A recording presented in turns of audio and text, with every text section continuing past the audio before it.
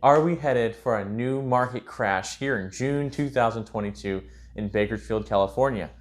Well, right here we have some statistics to kind of see where the market's been, where it's heading, and find out, are we really in a market crash? Are we going to have another 2008 again?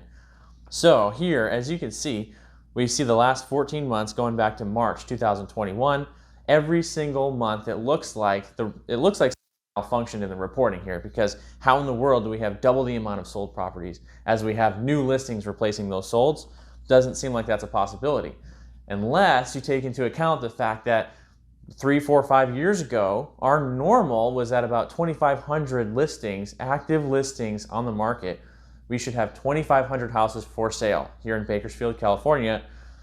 But because of these last 14 months, and even prior to that, we've had so many more homes selling, like being closed, being sold, than new active listings replacing it. So our inventory has shrunk so much.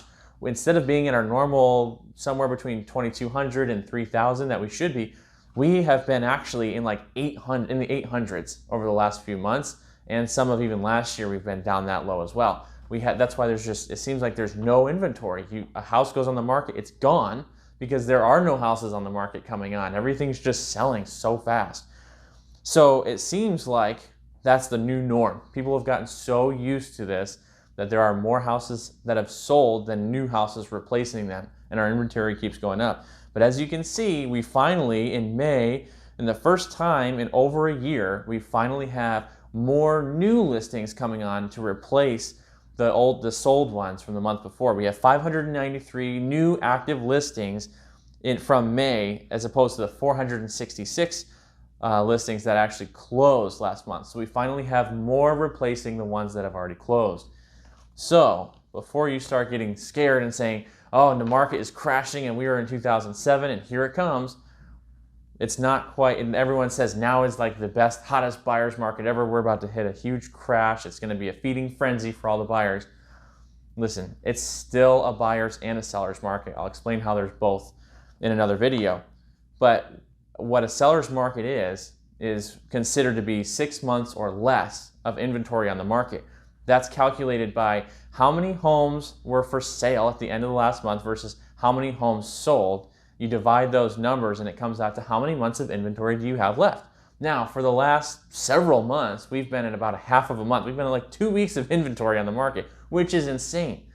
The equilibrium is at 6 months of inventory.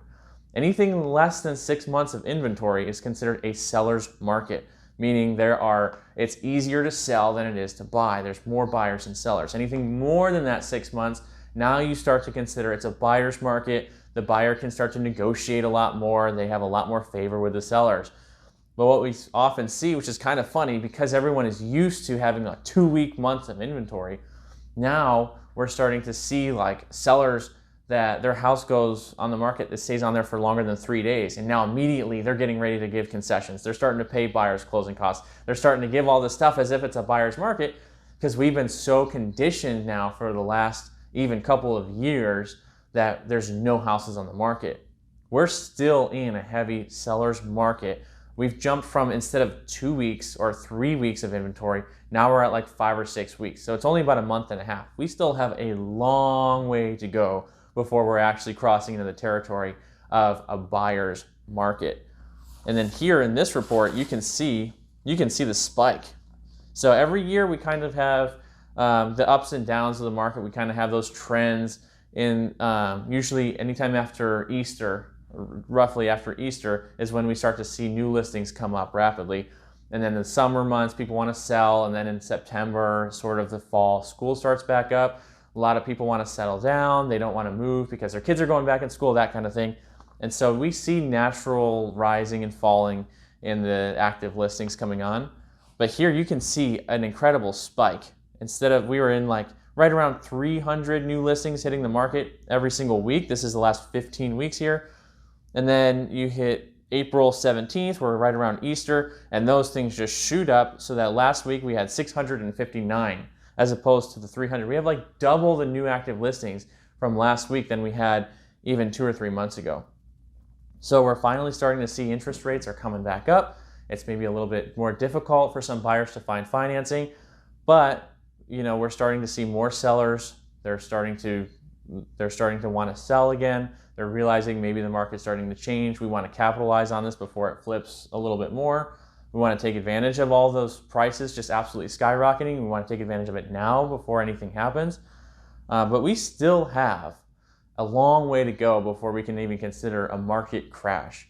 The market has been going up. A lot of these neighborhoods have been appreciating at like 20% a year, which 3 to 5% is considered good. 3 to 5% appreciation in a year is good. It's healthy.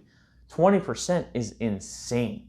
So we might start to see a little bit of a slowdown of the appreciation, but as far as a crash goes, this just does not have the same signs as what we saw in 2006, 7, 8, 9, because that was based on a whole other thing. We'll make another video all about comparing 2008 versus right now. Are we seeing another market crash? I don't think so. I think we're just finally starting to see a little bit of breathing room finally in this market. So instead of the suffocating pressure that all the buyers saw, we're starting to just have a little bit more availability. It's not a time to panic as a buyer or a seller. We're just having a little bit of breathing room. It's starting to relax and calm down a little bit, but a crash seems very, very unlikely.